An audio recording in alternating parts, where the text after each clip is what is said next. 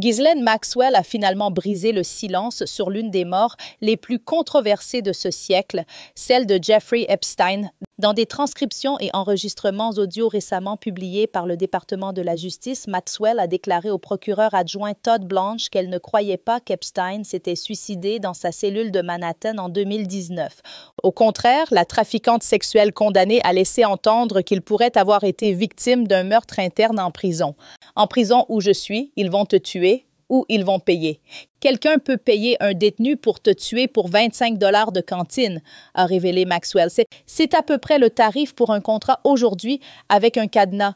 Bien qu'elle reconnaisse que des forces extérieures auraient pu vouloir la mort d'Epstein, elle a rejeté les théories selon lesquelles de puissantes personnalités l'auraient fait taire. « Je ne crois pas au chantage ni à tout cela », a-t-elle déclaré.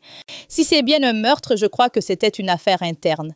Condamnée à 20 ans de prison pour trafic sexuel de mineurs, Maxwell a insisté sur le fait qu'elle n'avait aucune preuve que la mort d'Epstein ait été orchestrée de l'extérieur.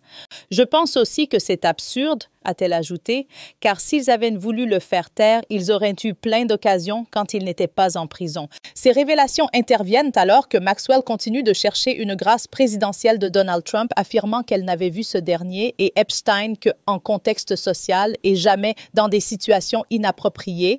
La mort d'Epstein en 2019 a été officiellement qualifiée de suicide, mais les soupçons n'ont jamais cessé. Son propre frère a affirmé qu'il croyait de plus en plus qu'il avait été assassiné.